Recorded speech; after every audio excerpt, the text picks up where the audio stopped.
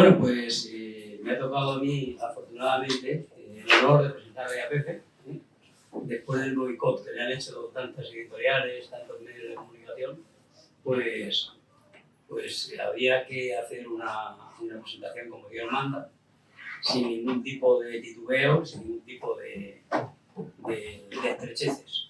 Y para eso estoy yo aquí. Eso no quiere decir que una vez leído el libro comparta todo su contenido. Si no hubiera disparidad ni diferencia de criterio, pues este país sería lo que algunos quieren, un país que sea monótono y uniforme. Pero bueno, en el fondo, como yo conozco a Pepe desde hace más de 30 años, primero tenía referencias de él por su gran labor que hizo como sindicalista en el sindicato SPP, el sindicato mayoritario de la policía, algo que le acarreó demasiados problemas y por pisar muchos charcos y muchos callos, y también porque en aquella época dejó la policía y se convirtió en el detective más prestigioso de España, que era el representante en España de la agencia Kroll. Bueno, más que el representante, era en sí mismo la agencia Kroll, porque era él quien llevaba esa representación y ese trabajo. Pero bueno, después ya lo conocí personalmente en el año 94 por un tema muy espinoso y muy, podríamos decir, muy escandaloso, que era el caso Veritas. Presentarse delante de Pepe y decirle: mire, usted, me acaban de comentar que ese informe contra el juez Garzón ha sido usted quien lo ha elaborado y quien ha hecho la investigación.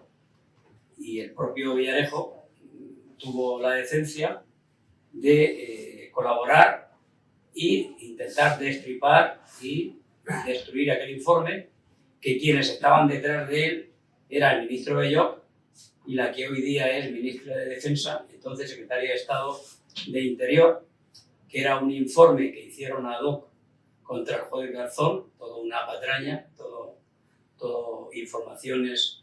Ahora que se ha puesto de moda la palabra bulo, aquello no era solamente un bulo, era un ataque, un tiro de torpedo contra el juez, que de alguna forma uno podría estar en contra de él, esas sombras y esas luces de Garzón, que está en la justicia, se pasa al ministerio, vuelve a la justicia, cierra un sumario, lo abre.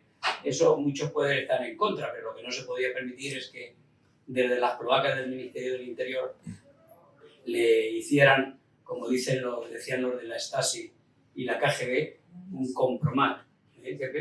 Esos informes que la policía de Stalin eran expertos. Pues a Garzón le intentaron hacer lo mismo, hasta que los periodistas pudimos descubrir la verdad con la colaboración del propio Villarejo. Yo creo que desde entonces Garzón nunca habrá olvidado esa labor que hizo de dinamitar un informe falso sobre su persona y sobre su costumbre y actividades. Fue aquello duro para él porque rápidamente le cortaron el cuello y lo mandaron a la comisaría de retiro allí olvidado, porque pisó muchos callos de los quienes estaban entonces en el poder policial. Yo creo que al final las grandes relaciones entre las personas, la mayoría de las veces, se afianzan y cogen arraigo y fuerza desde la adversidad y desde la rivalidad. O sea, después de esa situación en la que tuvimos ahí un pequeño choque por ese tipo de investigación de Veritas, pues a partir de ese momento, durante 30 años, hemos mantenido una relación que yo, desde mi papel de periodista de investigación, podría publicar unas cosas que le gustara más o menos, y que en esos 30 años la mayoría de los temas que trata en el libro, yo como periodista de investigación y él como policía, como comisario, que estaba en la cumbre de la policía y tenía el mandato de sus superiores de que mantuviera esa relación como periodistas, al final, desde la adversidad, desde las diferencias, hicimos una buena relación. Una relación que después algunos periodistas que estaban en la misma situación que yo, pues han negado la mayor y como ratas se han escondido para no tener que dar la cara. Y eso me lleva a un palabra que se inventa Pepe en el libro, que yo creo que al final podría tener entrada en el diccionario de la Real Academia de la Lengua Española, que son los villarejólogos, ¿no? Villarejólogos. Expertos en Villarejos. Expertos en Villarejos, pero expertos en buscar la miseria de Villarejo. Entonces, ¿y quiénes alimentan a esos expertos villarejólogos? Pues lo hemos visto en todo lo que ha aparecido en los últimos años, que yo también me he preocupado de denunciarlo. Esos periodistas que escarban en el pasado y en las actividades de Pepe, que no es una persona perfecta como yo, que hemos tenido nuestros defectos y hemos tenido también nuestras virtudes, pero lo que no puede hacer un periodista es siempre contar lo negativo. También hay que resaltar, igual que en un proceso judicial, la verdad de lo positivo. Pues estos periodistas, ¿de quién se alimentaban? ¿De dónde obtenían la información? De tres grandes fuentes. Primero, del CNI de Félix San Roldán, que ha sido el máximo enemigo de Pepe Villarejo, el que lo ha llevado a la cárcel, después de ese gran acoso de los servicios secretos. En segundo lugar, sus excompañeros de la Unidad de Asuntos Internos de la Policía, que cuando yo publiqué la cinta de Corina, en las conversaciones de Pepe con Corina, él estaba en la cárcel, luego él no me las pudo dar, ya las conseguí yo por otros medios, pero cuando yo publiqué esas grabaciones nos encontramos, y el propio juez titular de la Audiencia Nacional se encontró que la policía tenía esas grabaciones desde el año 2017, esto se publicó en julio de 2018, y nadie había hecho un oficio ni un escrito y le había presentado al juez esas cintas. O sea que intentaban taparlas o destruirlas. Entonces fue la prensa la que tuvo que salir y desvelar lo que se contaba en esa grabación, que fue pues un golpe durísimo, por lo que hoy día nuestro ex monarca se encuentra en Abu Dhabi semi-exiliado de España. Decía que tiene, bueno, y una tercera pata, que no se me debe olvidar, que son los fiscales anticorrupción. Las vueltas que da la vida, esos fiscales salieron rebotados de la Audiencia Nacional. Son anticorrupción, pero algunos de ellos habría que quitarle la palabra anti por la labor que llevaron oscura, no solamente contra Villarejo, sino contra algunos periodistas también.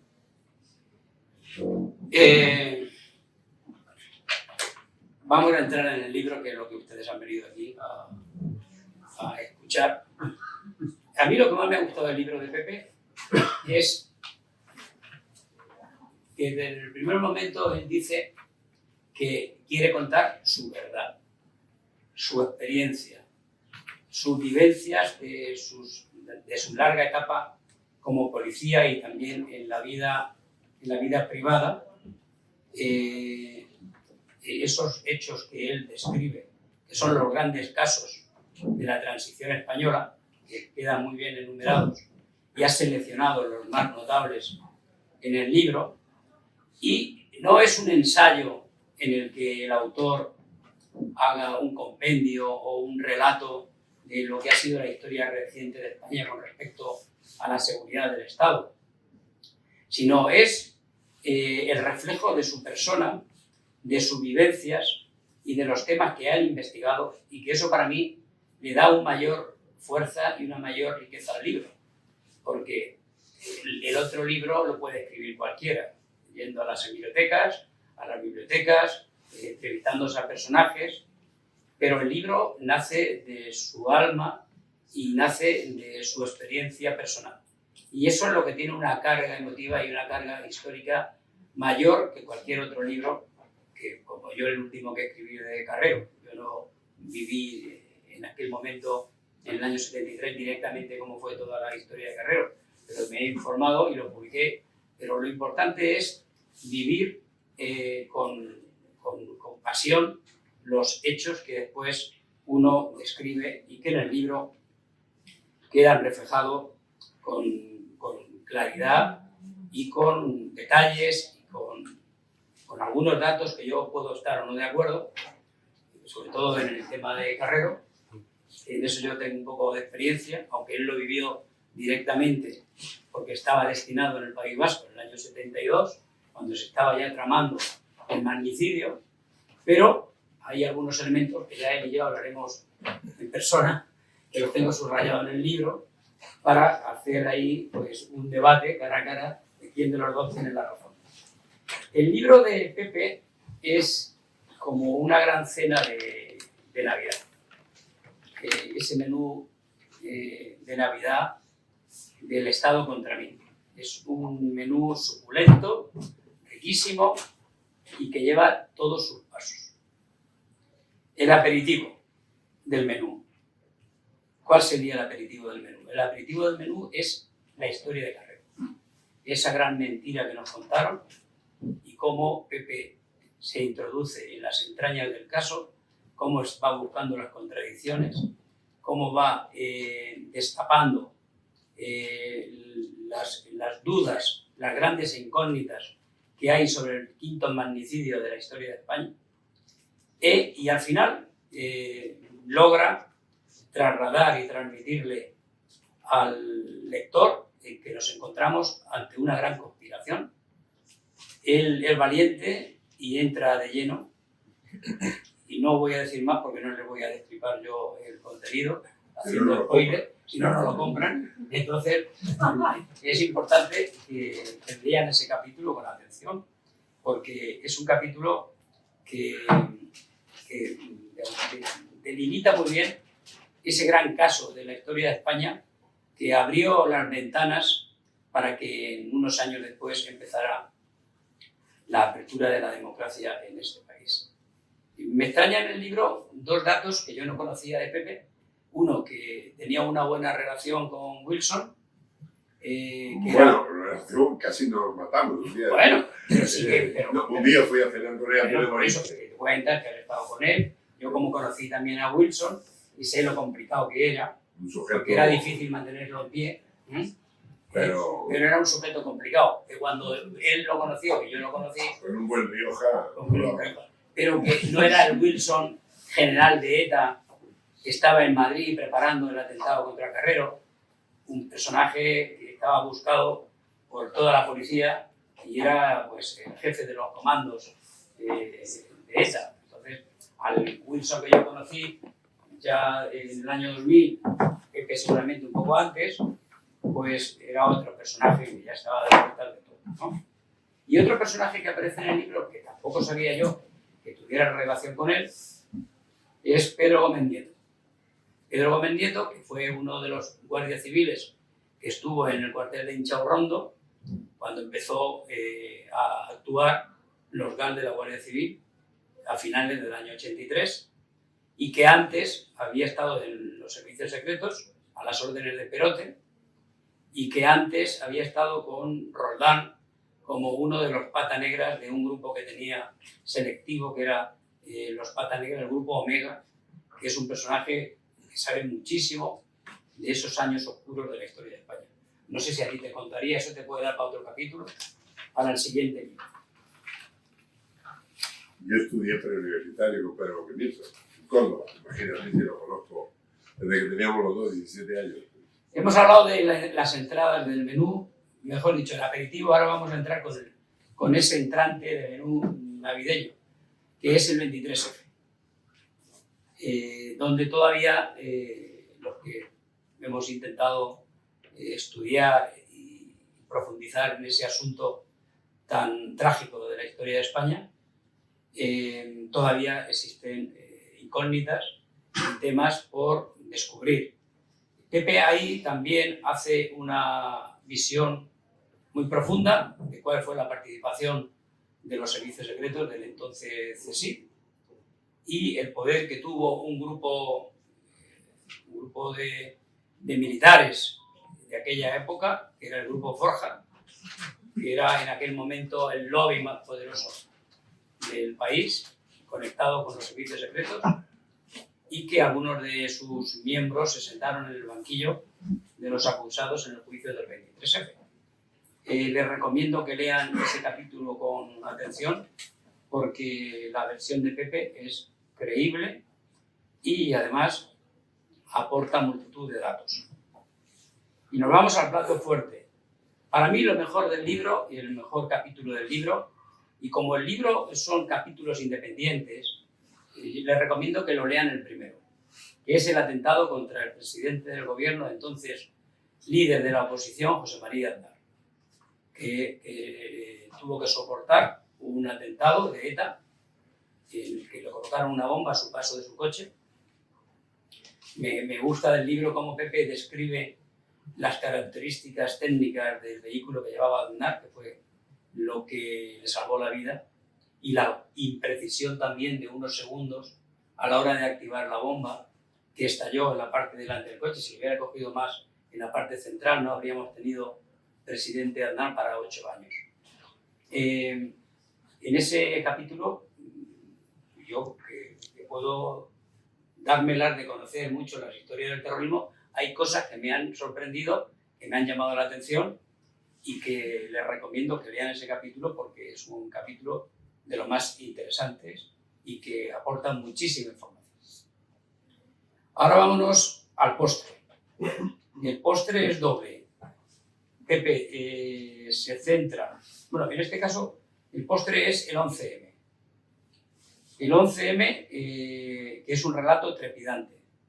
Y me consta que Pepe conoce a fondo esa investigación del 11M, porque en tiempo real yo supe las investigaciones que él hizo en su momento y que intentaba descifrar uno de los misterios más importantes que ha habido en la historia de España, que supuso la caída de un gobierno conservador en las elecciones que se produjeron 3 días después del atentado, algo impensable, unas elecciones que se tendrían que haber retrasado y postergado, porque no era un momento aquel con una atmósfera para poder votar, y que aquel cambio de gobierno, con la llegada de Zapatero, nos ha creado algunas de las herencias que estamos viviendo en estos momentos en este país llamado España. O sea, muchas de las situaciones en las que nos encontramos, o por ejemplo de Cataluña, o otros asuntos, sobre esa división de los españoles con respecto a la guerra civil, todo eso viene de esa época, de esas 2 legislaturas del presidente Rodríguez Zapatero. Y por último, entramos en lo que es algo que no puede faltar en una cena de Navidad, es el cotillón. Y aquí el cotillón lleva 2 ingredientes. Por una parte, el turrón de mi tierra, que es algo suculento, y los mazapanes de Toledo. Y lo digo porque ese capítulo hay que digerirlo bien, con un poco de cava, y porque son 2 temas de envergadura. Uno, el caso Faisán, que está ligado en este caso sí al gobierno de Zapatero, porque todos sabemos lo que fue el chivatazo a ETA. El chivatazo a ETA por una motivación espuria, porque el gobierno de Zapatero estaba negociando con ETA y al mismo tiempo ETA estaba cobrando y extorsionando a los empresarios vascos, algo totalmente impensable, y se daba la circunstancia que las personas con las que Zapatero y sus intermediarios estaban negociando con ETA eran los responsables del aparato del impuesto de la extorsión de ETA. Entonces, claro, si la decisión de la jueza francesa de detenerlos a estos en el momento que iban a cruzar la frontera suponía un gran golpe para ese proceso de negociación, pues lo que hizo el gobierno español, que por cierto, uno de ellos es el abogado ahora de la esposa del presidente, que era secretario de Estado, que también quedó ahí. A mí me puso el fajín de comisario. Bueno, pues el que te puso a ti el fajín quedó ahí con la faja también muy prieto. Sí, quedó un poco ahí la nebulosa. Se empeñó en ponerlo. Pues ese caso fue un caso también de los que todavía no ha quedado aclarado, el caso Faisán. ¿Y cuál fue la solución? Para que los intermediarios de ETA no cruzaran la frontera y no fueran detenidos, pues el Ministerio del Interior mandó a un chivato al Bar Faisán, que está en la frontera de Irún con Francia, para decirles que no cruzaran la frontera porque lo iban a detener. Y esa es la historia del caso Faisán. Y ahora, en el tema de los turrones, que también es difícil de digerir, para hacer una buena digestión, nos encontramos con el atentado de las Ramblas de Cataluña. Y esa es otra historia que yo la viví directamente contigo. Porque era un mes de agosto, el 17 de agosto, y yo me reincorporé de las vacaciones y te llamé. Y tú ya sabías todo. Bueno, estaba jubilado, pero no estaba muerto. No. Y entonces el tema de las Ramblas de Cataluña, que hoy incluso ha estado declarando el que fue ministro del Interior. Don Jorge. No, el anterior. El exalcalde de Córdoba. No, pero es el secretario de Estado. No, fue ministro. No, el alcalde de Córdoba fue secretario de Estado. No, pero yo digo el ministro, de Sevilla, perdón. El Zampa, el Zoido, perdón. Zoido. Hoy Zoido ha hecho una declaración, le han preguntado si conocían, si tenían conocimiento de que el imán de Ripoll, el líder de la célula, que murió cuando iban a colocar una bomba y vivían en un chalet con un montón de botellas de butano y estallaron todo por los aires, le han preguntado si él sabía, si eran confidente, y ha dicho no, ese señor nunca fue confidente de la policía ni de la Guardia Civil. No ha dicho ese señor no haber sido confidente de las fuerzas de seguridad del Estado ni de los servicios secretos. Ahí se ha estado bastante, como se dice vulgarmente, con papel de fumar. Ha dicho los míos, ni la Guardia Civil ni la policía. Como buen si él no era confidente de ellos, si eran de otros, pues ese es su... Bueno, como yo aquí no soy el protagonista y el protagonista... Bueno, es que no me lo puedo... Es un tema de periodista sobre periodistas. Es que si me lo callo, reviento. Hemos hablado antes de los villarejólogos. Y no quiero olvidarme de una Pimpinela Escarlata que escribió un libro en el que era un ataque filtrado por los servicios secretos contra un grupo de periodistas en el que dice unas barbaridades, por ejemplo una de ellas, que tú comiste un día con ella y le pusiste una pistola encima de la mesa. Yo a ti nunca te he visto con una pistola en el cinto, ni nunca has usado una pistola. Pero bueno, habría que darle realismo a la cosa. Vino un señor misterioso y me puso la pistola encima de la mesa, dice en el libro. Pues, pero después, misterioso lo invitaba a comer siempre ella. Sí, pero eso no es lo más grave. Lo más grave es que organizan una mesa redonda en la Universidad Rey Juan Carlos para acusar a otros periodistas de ser las cloacas del Estado, conjuntamente periodistas infiltrados, nos llaman. Y resulta que después aparecen las grabaciones de este señor, que no entendí, yo no sé dónde me quedó tanto dinero para comprar las cintas. Me la daba el disco duro. Me la daba el CD. Bueno, pues la cuestión es que la señora autora de ese libro habla de periodistas infiltrados y resulta que aparecen unas cintas de ella pidiéndole a él una cita para que le dé información, incluso comiendo contigo. Luego, no puedes renunciar a que te conocía y que habían estado con ella.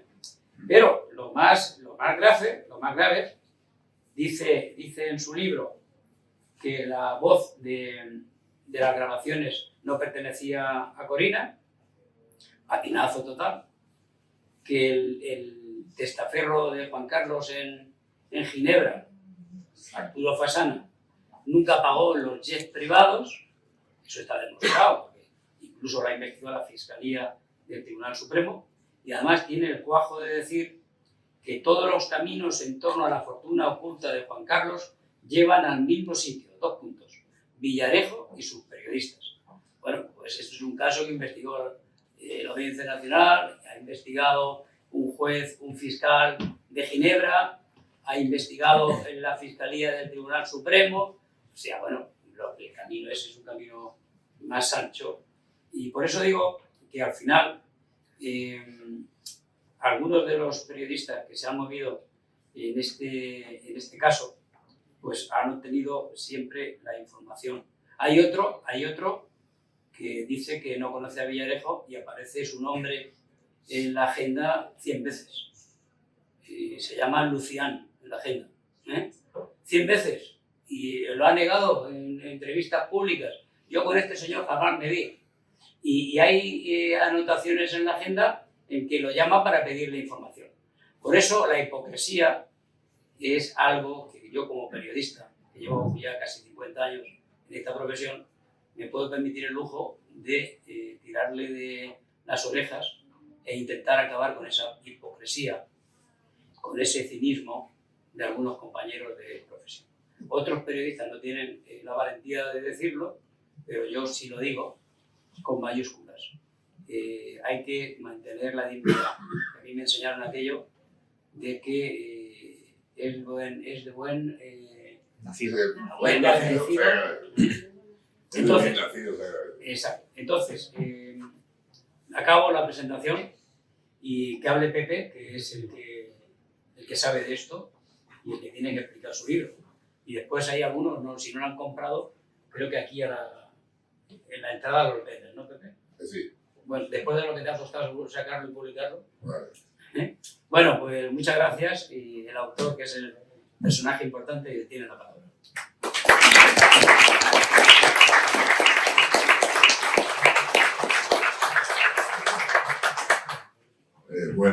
Buenas tardes a todos.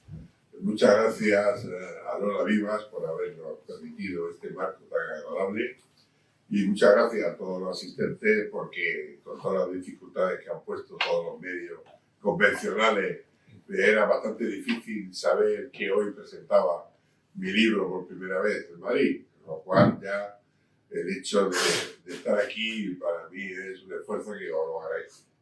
Y también agradezco al presentador, a mi buen amigo Manuel Cerdán, su acto de rebeldía, porque hoy en día decir la verdad es casi revolucionario, ¿no? Y entonces él siempre hemos tenido nuestros piques, como él ha dicho antes, porque no estábamos de acuerdo y precisamente eso enriquecía nuestra amistad, ¿no? Yo voy a ser muy breve y luego si queréis hacer una pregunta con mucho gusto contestaré. Me decidí al final a escribir el libro después, como decía Manolo, después de oír a tantos villarejólogos que hablaban sobre mí. Han escrito como 20 libros, no me conocían, no me han visto en su vida, nunca han hablado, nunca han pedido contradecir su opinión o su criterio, su información. Vamos, y yo creo que de todos los que han escrito algunos libros, para mí creo que el de los más acertados es uno que dice Villarejo y el poder de los secretos. También es un título gracioso. Yo creo que el problema que yo he tenido, y por el que terminé en prisión, y porque en el 2050 ya con 100 años seguiré declarando, porque tengo 50 piezas abiertas, ¿no? Yo he pedido firmar que acepto todo si me dejan durante ese tiempo estar aquí, ¿no? Decía que el problema fue simple y llanamente que alguien que creía que tenía el monopolio de los secretos vio que no era cierto, porque el poder, yo después de muchos años de trabajar primero en el Ministerio del Interior y luego como agente de inteligencia, el poder más que la información está en los secretos. En los secretos, amigo mío, los secretos. El KGB, ahora FSB, tiene un apartado, igual que hay todos los servicios secretos, ¿no? Un apartado que es de cintura para abajo, ¿no? Asuntos, que llaman asuntos húmedos, ¿no? Tema muy curioso, ¿no? Y el problema es que el CNI, ya desde la época inmediatamente que muere Franco, se establece un archivo que se llama Archivo Jano, archivo que se ha nutrido durante muchos años, luego se ha reducido, en fin, hay incluso varios libros, creo que el capitán, entonces Peñagrande, creo recordar el nombre, ahora ya general, escribió porque él fue el que se encargó de organizarlo, y ahí en esos secretos está una parte que afecta sobre todo a lo que es las garantías de derechos de todos, que es lo que se llama la carpeta de control de tomas. Amigo mío, hay un apartado donde determinados jueces y fiscales se les tiene cogidos de aquella manera y dejan de ser honorables, dejan de ser objetivos, dejan de ser imparciales como lo eran hasta entonces, cuando interesa para los que ellos entienden que es la seguridad del Estado.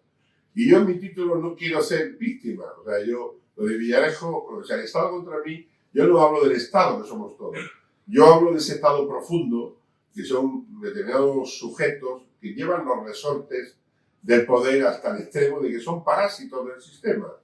Ellos viven, ellos medran, ellos deciden, ellos condicionan, ellos destruyen, porque les interesa o porque en un momento determinado o algunos incluso bien intencionados, porque creen que es lo mejor para España, ¿no?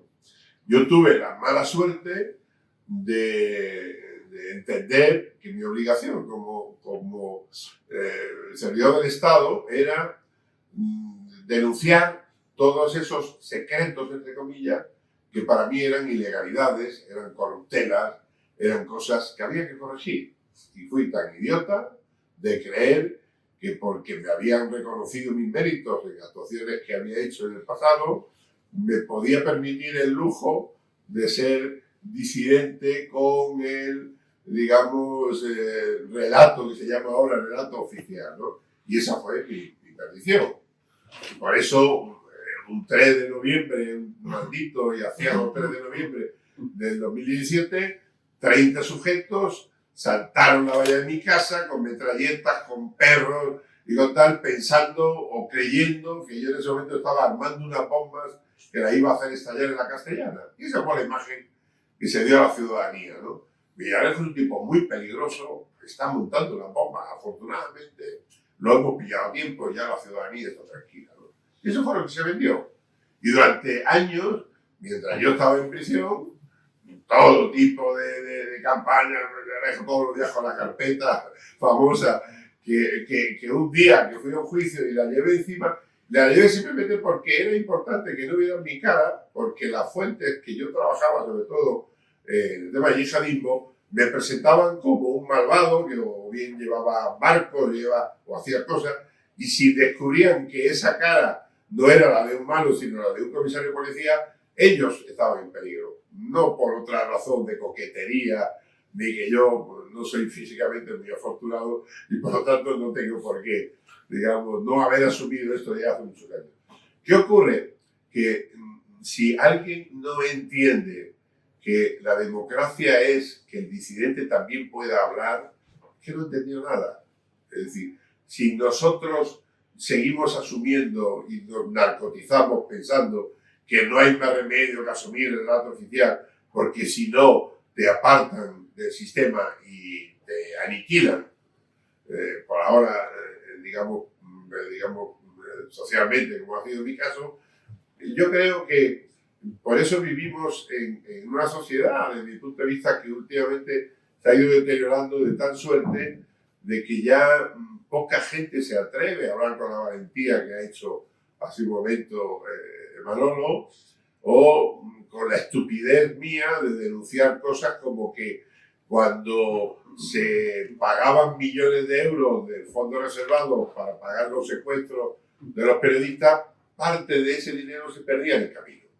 Y yo fui tan idiota de que un día lo escribí por escrito, después de decirlo varias veces, y claro, amigo mío, eso terminó en el presidente de gobierno, el señor Rajoy, un hombre valiente, como todos hemos visto, osado, en fin, intrépido, ¿no? No hay nada más que verlo, ¿no? En la historia de España, pues, lejos de llamar la atención al señor San Roldán y decir, oiga, ¿qué pasa con esto? ¿Qué te ocurre? Pues le pidió explicaciones y ese señor se presentó, por lo visto, con recibos en árabe, firmados. Y cuando se fue, el gallego dijo, ahora entiendo, bueno, claro, se lo han quedado. ¿Quién terrorista firma en una cueva? ¿No? El pensar que los terroristas firmaban el recibo en la cueva demostraba, digamos, el respeto que le tenían al presidente del gobierno y a todos los demás. Y luego, más tarde, cuando cometí el error también de escribir durante años. Mis primeras denuncias son del 2013, 2014, 2015. Ahí me detuvieron en 2017, donde decía, ojo, que hay gente que está queriendo hundir a España, que está queriendo, digamos, hacernos daño a la unidad de España y que se están apoyando bajo el paraguas del rey emérito, manteniendo las mismas cuentas, manteniendo los mismos testaferros, manteniendo los mismos bancos.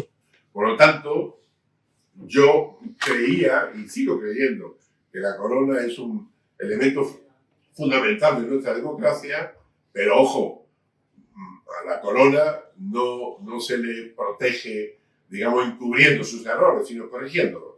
Y esa fue mi idea. Yo lo que pretendía, oiga, cámbiale las cuentas a este señor, cámbiale tal, pero no. Ya en el 2017, en enero, yo ya estaba jubilado y salieron una serie de notas donde aparecían mis informaciones, hablando ya de una serie de cosas que afectaban al rey emérito. Y entonces el CNI, se llama San Roldán en realidad, ¿no? En los medios de comunicación, a través de los medios, a través de la prensa, dijo, al CNI se le han echado un órdago y cuando dicen un órdago dice voy y tal. Claro, así ya se vale, 3.000 sujetos, todos los medios, todos los fondos, todo secreto contra un comisario jubilado, pues vaya órdago, vaya órdago. Ya quisiera yo haber tenido el 10% de sus medios y lo hubiera terminado yo sin metiendo en la cárcel a él, pero claro, lo mío vino. Él era un general con más estrellas que Gao Ping, ¿no? Que un día se le va a caer el pecho, ¿no? Hombre. Y por eso él ha seguido hasta el final, pues eso, en la última comparecencia que he hecho en el Congreso, le ha dicho, ¿cómo? Yo no estoy a la altura de este sujeto, tal. Claro, él mejor que nadie sabe todas las causas que me han puesto, pero aún así digo, y ya termino, que en este libro lo que está es, como ha dicho Manolo, mi vivencia. Equivocadas o no, he tenido la suerte y la desgracia de ya ser más viejo que un bosque, ¿no? Tengo 73 años, ingresé en la policía en el año 72, juré los principios del movimiento, con Franco, y tuve la época más apasionante de la vida, que es la dictadura, la transición, la democracia, y claro, son unos años apasionantes que yo, como decía muy bien Manolo, he vivido con pasión, porque a mí me ha gustado siempre, debe ser porque he sido un cotilla, me ha gustado siempre la información, el conocimiento, el ahondar, el profundizar, y por eso tuve la suerte o la desgracia de participar en la detención de uno de los que trajo los explosivos de Carrero, Ortiz Ayesta, que antes de entregarse se pegó un tiro, se suicidó. Luego seguí ese tema bastante en profundidad. Antes de que se muriera Wilson, me busqué la vida para tener una cena con él, al que emborraché obviamente, para que me contara su vida. Y fue muy interesante. Luego además mantuve muy buenas relaciones con la CIA y también le gustan los gin tonic. Entonces, pues la gente cuando está animada, pues siempre es fácil tener un buen diálogo. Y así todo. En el 23F yo era secretario general del sindicato profesional, que éramos la mayoría, y además era inspector jefe en el distrito donde ocurrieron las cosas. Y el director de la policía nos encargó al comisario y a mí que fuéramos al Congreso. Y ahí lo cuento, cuento detalles, lo que pasó, las tripas que recibí, y además lo que me informaban los miembros del sindicato que estaban entonces con el rey. Allí era. Entonces, creo que tengo, humildemente, cierto. Y no digamos del 11M, donde efectivamente intenté ir gracias a la Mujamara siria, al servicio secreto sirio, el libanés, yo tenía una información muy buena de quién había organizado los atentados, porque había una cabina en un lugar de un campamento de Hezbollah y tal. Entonces, cuando ya estaba subido al avión, en el último momento me bajaron y dijeron, vamos a mandar a otro. Y cuando fui allí, claro, no quedaba ya prácticamente de la lista ni el número del 021, ¿no? ¿Y qué pasa? Que todo ese tipo de cosas yo las he vivido en primera persona y además forma parte de todos los teras de mis archivos personales, que era la única razón por la cual me montaron el quilombo, como dice la Argentina, que me montaron. Ellos querían hacerse con todos mis audios, porque ellos entendían que era como la tapuerca de los últimos 40 años de España, es decir, lo que de verdad un político o un juez o una persona, digamos, relevante dice en privado, a diferencia del público, y los demás, digamos, apartados de ese libro, porque entiendo que la ciudadanía se merece conocer las cosas, por lo menos desde el punto de vista de alguien que la ha vivido directamente.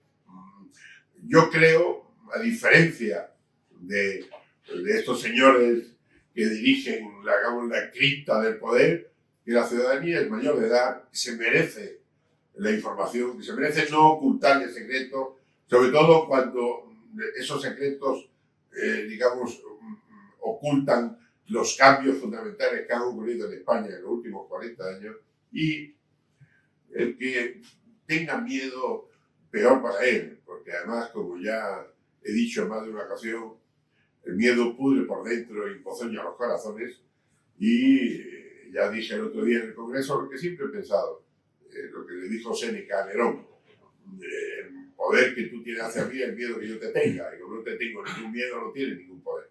Y eso se lo dije al señor ese tan importante, San Roldán, en alguna ocasión cuando me amenazó pues, con dejarme preñado, ¿no? Como mínimo, y así ha sido mi vida, y así será. Y lamentablemente a mis años voy a seguir escribiendo mientras me permitan, y mientras haya, en fin, curiosos como los que estén aquí presentes, que sigan pensando que es interesante lo que escribo.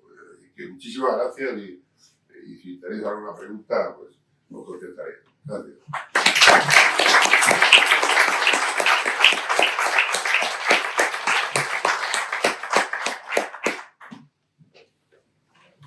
Venga, ¿alguna pregunta? Hola, ¿podrías dar alguna idea que te pase por la cabeza cuando oyes el nombre del expediente Royuela? Tengo poca, digamos, tengo poca información de este tema. Creo que con sus claroscuros, que sería un personaje a analizar y a llegar a verificar la autenticidad de lo que en algún momento han publicado, ¿no? La verdad es que cuando empezaron esas publicaciones prácticamente estaba yo en prisión, y cuando he salido he tenido, digamos, me he dedicado a tratar de resolver los 50, digamos, causas que tengo, poquitas, ¿no? Creo que 20 de ellas me parece que ya están resueltas, todavía quedan 30, así que, pero de alguna manera todo aquel que intente aportar información siempre tendrá mi respeto. Lo importante es que esa información sea veraz y que luego después sea contrastable, ¿no? Gracias. Bueno, tenemos a un nuevo escritor y yo van a seguir escribiendo más. Entonces, Sí, ya tengo. Ya tienes uno, pero ya... Tengo el segundo prácticamente, cuando primero trataré de vender ese para tener, porque tengo economía de guerra, entonces me han quitado todo, solamente tengo mi pensión de jubilado, todo lo demás quitado. El segundo, porque intenté hacerlo en un primer volumen, pero ya con 500 y pico páginas, pues ya me parecía enciclopédico, entonces me aconsejaron trocearlo, y el segundo, pues también creo que será interesante, porque ahí hablo además de cosas más o menos un poco de cierto toque, digamos, frívolo, ¿no? Como es el tema de Bárbara Rey, que está ahora tan en boga, ¿no? El tema de Corina Larce, en fin, el tema, las actuaciones de los servicios secretos para tapar determinadas cosas. Y creo que también resultará interesante, pero, insisto, como mínimo hasta mediados de año no creo haberlo terminado. Mi idea es tratar de escribir por lo menos 2 o 3 volúmenes más, ¿no? Porque son muchos años, y de una manera u otra, cuando me han tenido casi 4 años en prisión, pues creo que era Menéndez Pidal el que decía que las neuronas que generan neuroplasticidad, las llama mariposa del alma, ¿no? A mí se me debieron de activar todas las mariposas del alma porque estaba todo el día dándole al tarro y viendo cómo fastidiar a los que me habían jodido, ¿no? Obviamente. Pero bueno, pero aparte de eso, recuperando la memoria y me sirvió para rellenar pues, esos diarios que ahora son tan públicos, los que yo he escrito en prisión, afortunadamente están en un lugar seguro, porque esos no me los pillaron.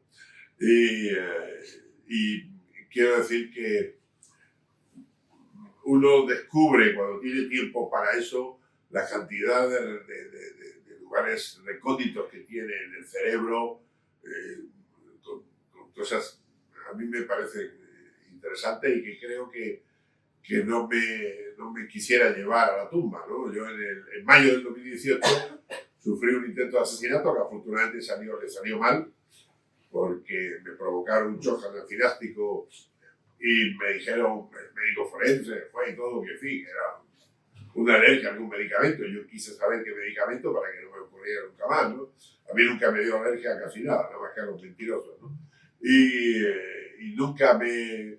Entonces, a raíz de eso sirvió como acicate, porque dije, caramba, estos tipos lo van a intentar otra vez más y por lo menos voy a escribir las cosas que he vivido para que algún día se conozcan, ¿no? Y eso ha sido lo que me ha llevado, pues eso, por tratar de poner en orden y eso, ¿no? El otro día hablando con un buen amigo, un almirante que ya tiene casi la edad que yo, me dijo, siempre me ha gustado que eras un tipo ordenado y disciplinado. Digo, claro, es que para trabajar inteligencia tienes que ser metódico y tienes que tener una disciplina y establecer las cosas bien ordenadas. Por eso estos chicos que se hicieron con mi archivo son felices porque le di está todo ordenado, clasificado y lo único que tienen es ponerle nombre a cada bloque de las 50. Pero qué cosa que, por ejemplo, hay gente que me contrató también, como Telefónica, Banco Santander, Indra y tal, y esos han desaparecido, ¿no? Hay muchos que no quiero nombrar, muchos clientes, muchos que yo trabajé en mi condición de agente de inteligencia con la empresa de cobertura, al margen absolutamente de cualquier actividad policial, y bueno, las cosas son así. Yo, por ahora, en estos libros me limito a escribir la experiencia mía en mi apartado, digamos, oficial. Bueno, hemos coincidido. Bueno, ya que no se animaban, comisario, algo que me quedó pendiente preguntar en la entrevista que hicimos el otro día para Dimensión Límite, es sobre el tema de Podemos. Cuando Podemos empieza a despuntar a las europeas, había rumores, me llegaron informaciones de que, no sé si según ese informe Jano, ese archivo Jano, de que informe Jano digo mucho por culpa de Cerdán, porque escribí un libro que se llama Informe Jano y cuando quiero hablar del archivo Jano me sale automáticamente Informe Jano, así que la culpa es muy buen libro, por cierto. Sí, de Manuel. Pero, claro, había mucha información ya de, obviamente, PP, PSOE, Ciudadanos, de Vox, pero parece ser que no había demasiada información sobre los líderes, concretamente Pablo Iglesias y otros compañeros suyos, de Podemos, y es entonces cuando se activa hasta cierto punto cierta maquinaria de intentar obtener informaciones, incluso pues, buscando en la basura de algunos de ellos y demás. ¿Hasta qué punto aún estaban activos? Esto fue en 2013, 2014, si mal no recuerdo. ¿Hasta qué punto esto es correcto? Que había cierto miedo a esta formación política que irrumpía con fuerza y que no se le tenía, digamos, como muy marcada, y que de repente hubo cierta celeridad, ¿no? Premura de conseguir informaciones con las cuales poder en un momento dado controlar, tal y como si ya se tenían controlados a otros miembros de otros partidos. En el segundo libro hay un apartado importante a ese apartado de Podemos, así que espere unos meses. Hombre. Y verá que es muy interesante. No, yo explico, yo creo que vale la pena, digamos, esperar unos meses porque se ve un poco la evolución del proceso. Yo fui de los españoles que creímos que de verdad con Podemos había un intento de cambio del sistema, pero al final, amigo mío, los chalés y las cosas estropean las buenas estrategias, ¿no? Sí, pero en la agenda tuya, Pepe, en la agenda tuya aparece alguna iniciativa de Pablo Iglesias que quiso entrevistarse contigo. Eso lo vas a contar en el libro también. Efectivamente. Lo dejamos para cuando salga. No, claro que sí, claro que sí. Perdona, que querías... Sí. Enhorabuena, buenas tardes, por el libro, por la trayectoria, por el sufrimiento, entre comillas. Muchas gracias. 3 preguntas rápidas. No digo que sean sencillas, te quedas contento rápido tampoco. ¿Cómo ve usted España en el 2025? La primera. La segunda es, ¿cuál es en su opinión el mejor servicio de inteligencia del mundo? Y la tercera es, ¿qué opina sobre el fenómeno que se está produciendo actualmente en Nueva Jersey sobre esa presunta aparición de drones en el cielo? Caramba. Eso ya es... Eso David es experto. Eso es David. Punto 1. El horizonte de 2025, yo tengo un amigo que dice las cosas van mal, pero hay esperanza de que empeoren, ¿no? Mire, yo ya en el 2014 ya hice una serie de informes de inteligencia avisando de esta deriva. En 2014, hace 20 años. 10 años, perdón. 10 años. Y bueno, si algún día desclasifican esos teras que dicen que la mitad se han desclasificado o no, aparecerán incluso. O sea que habrá algunos informes que no le guste al presidente de gobierno porque actual, pero yo tenía buena información porque conocía mucho a su suegro y esos lugares entrañables que flotaban, ¿no? Entonces, en el segundo lugar, creo que el mejor servicio de inteligencia, yo he tenido una experiencia con muchos, sin duda, el padre de los grandes servicios de inteligencia son los ingleses, los ingleses. Luego después han ido evolucionando y tal. Ahora, aunque sea políticamente incorrecto, los más serios son los rusos. Los rusos tienen un principio que dicen, rompe un trato, atenta a tu suerte, ¿no? Ellos siempre cumplen lo que prometen. Los americanos no. Los americanos han tenido muchas relaciones con la CIA, con la NSA, sobre todo con la DEA. Al principio siempre dicen, vamos a cambiar de trato, ¿no? A mediados del partido. Y, no, perdona, y por lo tanto, y lo del tema de los drones, eso ya se escapa. Pero vamos, es muy probable que haya algún espabilado por ahí que esté haciendo negocio con ellos, ¿no? Usted antes ha dicho que la importancia de la disidencia dentro de la democracia. Estamos en un momento donde la disidencia, con el tema de los bulos, el fango, se está intentando aplastar. Nos han vendido que vivimos en una democracia. Para usted, ¿en qué vivimos? ¿Es una partitocracia? ¿Es una dictadura encubierta? ¿En qué estamos viviendo actualmente en España? Yo creo que yo sigo creyendo en el Estado de Derecho. Yo sigo creyendo en que la inmensa mayoría de jueces y fiscales de este país son honorables. Y lo he dicho 1000 veces, pese a que también estoy sufriendo la actuación de ciertos jueces de la Audiencia Nacional que tienen lo que yo llamo 4 formas de entender el derecho, ¿no? Para los amigos, para los enemigos, para ellos entre sí y para Villarejo, ¿no? Entonces, pese a ello, si yo dejara de creer en el Estado de Derecho, mi vida como servidor del Estado no habría tenido sentido, ¿no? Yo creo que el error de los ciudadanos es que asistimos pasivamente a los cambios de las cosas y no hacemos mucho, casi nada. Yo por eso siempre, mi humilde aportación era intentar cambiar el sistema. En Estados Unidos, que tiene muchos defectos, tiene una importante sociedad civil que se mueve. Aquí veo que, bueno, partiendo de que la inmensa mayoría de los medios de comunicación están absolutamente ya condicionados a la publicidad institucional, a la presión y tal. Les puedo asegurar que con ocasión de mi libro me han pedido entrevistas, medios escritos, radio, televisión, y cuando he dicho sí, ok, media hora antes me la han suprimido. Todos. Entonces, gente además, algunos que se decían amigos, que se dicen amigos, que tal. ¿Por qué? Porque la presión del poder es tan importante, tan grave. La gente tiene tanto miedo a perder, digamos, su nicho ecológico cómodo y acomodado y confortable, que nos estamos, digamos, narcotizando. Y eso es malo porque vamos hacia una deriva problemática. Yo me veo cada vez más en Venezuela y me encanta Venezuela porque es un país precioso y tal, no así sus políticos, la conozco, igual que Colombia, en toda Sudamérica, pero al final vamos a tener la apariencia de una democracia, pero no tal como democracia, porque no hay, digamos, contrapesos de poderes, no hemos llegado a nada. Y eso tiene mal color, ¿no? Ya digo, yo desde mi humilde punto de vista, y yo intenté, no sé cómo la poder, ya quisiera yo, sino simplemente corregir o decir, oiga, ¿por qué no cambiamos esto? ¿Por qué no hacemos esto? ¿Por qué tal?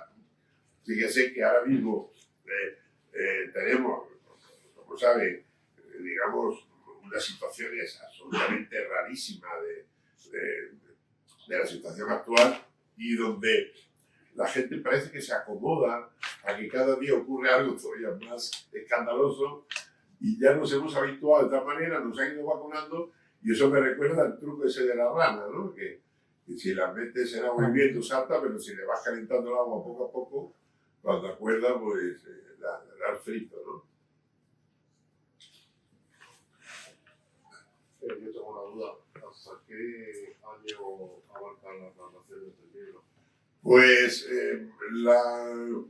yo lo he hecho por orden cronológico y creo que los más recientes son los atentados de Cabril, de la Rambla de Cataluña. Pero vamos, va desde el año 73, que es lo de Carrero, en fin, todo el espectro de hitos históricos donde de una manera u otra, pues muchas veces sin quererlo, formé parte. De acuerdo. Y gracias por el libro. Gracias por el libro. No, por favor. Yo esperemos solamente que les parezca interesante, les guste y que lo que no estén de acuerdo, yo lo respeto, pero he dedicado 2 años, casi 3, a escribir este libro. Desde que salí de prisión, el 3 de marzo de 2021, estuve en la tarea, porque yo sabía que los juicios que iba a tener eran todos pantomimas, ya estaba todo, digamos, y por lo tanto dejé a mi pobre abogado, a mi pobre y luchador abogado, Antonio García Cabrera, que él tratara de desenmascarar toda esa hojarasca que me metía en el camino para no perder el horizonte, y yo me dediqué a otras cosas, como era pues eso, reflexionar, analizar y llegar al fondo de la cuestión, ¿no? ¿Por qué hay tanto interés en que no se sepa la verdad de las cosas? ¿Por qué hay tanto interés y cuánta patraña hay? ¿Cómo se ha pervertido el Estado de Derecho, determinadas cosas, como para que pensemos que algo puede ser y en realidad es todo puro espejismo, ¿no?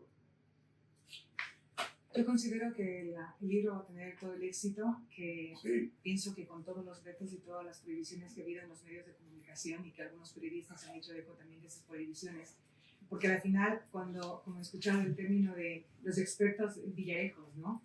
Han contado sus historias y al final todos buscamos la verdad contada por el protagonista, que en ese caso es usted. Pero me parece, es contradictorio porque mientras más prohibimos que algo salga al mercado, la gente como nosotros intentamos buscar el otro 50% que al final es la otra verdad que tiene que ser contada por el protagonista. Y pienso que al final va a haber un momento en que no va a servir de nada esos vetos porque la gente va a buscar el comprar el libro y enterarse precisamente por quién ha vivido la historia. Pienso que poco lo van a conseguir y en buena hora por el libro y espero que tenga el éxito que creo que lo va a tener. Y seguramente que muchos van a esperar el segundo libro. Muchas gracias. Y ojalá y sea así. Les puedo asegurar que hasta Amazon nos está poniendo pegas.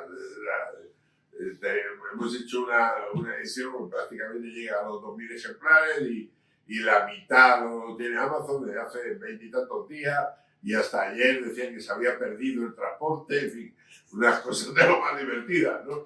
Y claro, le hemos dicho, oiga, pues devuélvame los libros porque si no me siento estafado, ¿no? Y entonces de pronto ha aparecido, ¿no? El container, ¿no? Ha aparecido o sea, cosas así. Claro, yo luego dicen que soy un conspiranoico, ¿no? Pero es que la verdad, la diga Camenó, la diga el porquero. Es que a mí me recuerda siempre, y lo digo muchas veces, lo que decía Groucho Marx en las películas, ¿no? Cuando su esposa le pillaba con las amante, decía, mi vida, aquí vas a creer más lo que están viendo tus ojos, lo que yo te voy a contar, ¿no? Claro, pues, la gente muchas veces quiere mejor creer lo que uno cuenta a lo que están viendo los ojos, que son cosas tan evidentes y tan palmarias como que... Les puedo decir que en mi detención cuando el juez primero vio que todo era mentira, quiso cerrarlo todo y 2 fiscales lo amenazaron, lo chantajearon y lo obligaron a irse. Pero no es que lo digo yo, es que ellos alardearon con periodistas y uno de los periodistas escribió un libro, bueno, ha habido varios, contando cómo habían chantajeado al juez para echarlo y esos fiscales fueron a la presentación del libro.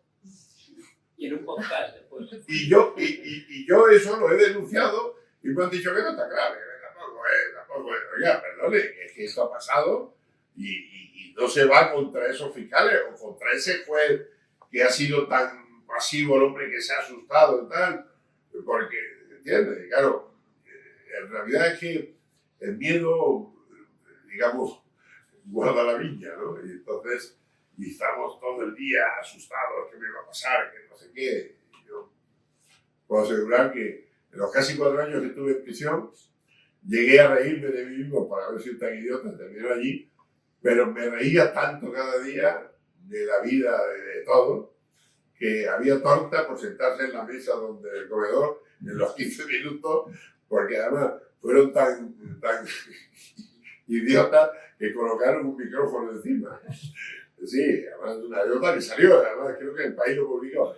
Y un día iban a cambiar el micrófono y salió una pierna por el dedo arriba. Entonces, oiga, que se gusta caer, coño. Entonces, al momento apareció un jefe de servicio. No, es que estaban cambiando la bombilla, ¿qué tal? Y pero no pasa nada. Entonces, a partir de entonces, cada vez que decíamos algo, decíamos, oye, eso bórralo, ¿eh? Cuando decíamos alguna de estas. Al momento, o sea, vino un tal, y a los días siguientes, a los 2 días, periódico muy serio y muy formal, como es el país, muy independiente, pues dijo, las cosas que tiene Villarejo, dice que le han grabado en el comedor como si con el ruido que hay se pudiera allí grabar, ¿no? ¿Y quién te ha dicho que, sabes? Eso es así, y si uno pierde el sentido del humor, se muere un poco cada día, ¿no? Y sí, me encanta, eso es lo más interesante de las historias porque tira mucho de ironía. Bueno, es que la vida es un sarcasmo continuo y uno solamente, de verdad, de la emoción o del entusiasmo se vive realmente. Yo muchas veces me he tildado de temerario, de suicida por hacer las cosas que he hecho, pero a mí no me gusta morir. Yo amo la vida y la amo tan intensamente que por eso hay que vivirla con esa adrenalina a tope. Entonces, no sé, he tenido una forma un poco estúpida a lo mejor de entender la vida, que era vivir al límite, y no me arrepiento. Lo que ocurre es que hay gente que no aguanta una broma, ¿no? Entonces, estos chicos, cuando yo les dije lo del rey y tal, no les gustó. Que había que salvar al Señor, ¿no? Y yo siempre decía, al Señor se le dan 2 pistolas, ¿no? Pero ¿qué es eso de al Señor, ¿no? 2 velas, le ponen 2 velas al Señor, ¿no? Pero el proteger al Señor en contra de los intereses de todos los españoles me pareció una aberración, ¿no? Porque ahí nos encontramos la realidad que nos encontramos. Una España tensionada, un grupo independentista que está todo el día chantajeando a un presidente de gobierno, una posible ruptura, y claro, eso que conlleva a que nos debilitamos, porque el que quiere comer aparte porque quiere comer más. Y todo lo demás es folclore. Y para mí Cataluña, que era un motor fundamental de España, de economía, que yo le conocí en los años 80, 90, gente muy interesante, muy trabajadora y tal, ha terminado emponzoñada con el criterio de que son más importantes, menos. Españoles somos todos, y además lo mismo pasa como con el País Vasco, ¿no? Los vascones fueron los grandes luchadores para Castilla durante siglos, ¿no? Entonces, el no entender la historia es no entender nada, ¿no? Perdón que me enrollo como... Bueno, pues... La última pregunta para eso, hombre. Gracias por estar aquí. No, por Creo que favor. es una pregunta muy trascendente, visto el tema. Yo tengo una curiosidad, y es la gorra.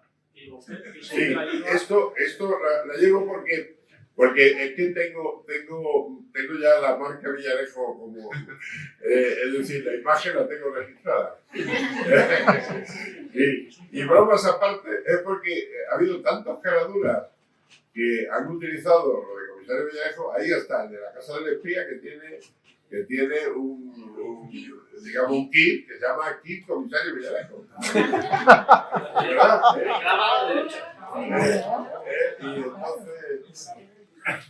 Y entonces, pero vamos, no es el tema que tenemos, los que hemos perdido el plumaje en tanta batalla, es que uno se acostumbra porque donde se pasa el frío, el calor, desde arriba, en la azotea. Y además siempre me ha servido porque cuando yo salgo de aquí me quito la gorra y la gafa y paso desapercibido y nadie me conoce. Y esa es un poco la razón. Yo ahora mismo, como he dicho antes, por economía de guerra, viajo en el metro mucho y tal, y muy pocas veces me han identificado, prácticamente nunca. Podemos sacar una marca de boinas. Una marca de boinas. Ahora casi todo el mundo. Vi el otro día a Coldo que hace lo mismo también. Y eso ya veo que han copiado la idea. Muchísimas gracias, de verdad, por su asistencia.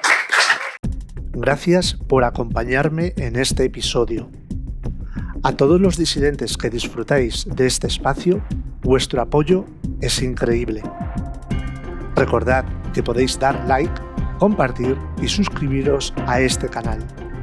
Es totalmente gratis, pero que lo hagáis tiene un impacto inmenso. Con cada acción ayudáis a hacer crecer nuestra comunidad y a llevar este tipo de contenido a más personas. Juntos hacemos la diferencia. Nos vemos en el próximo episodio. Hasta pronto.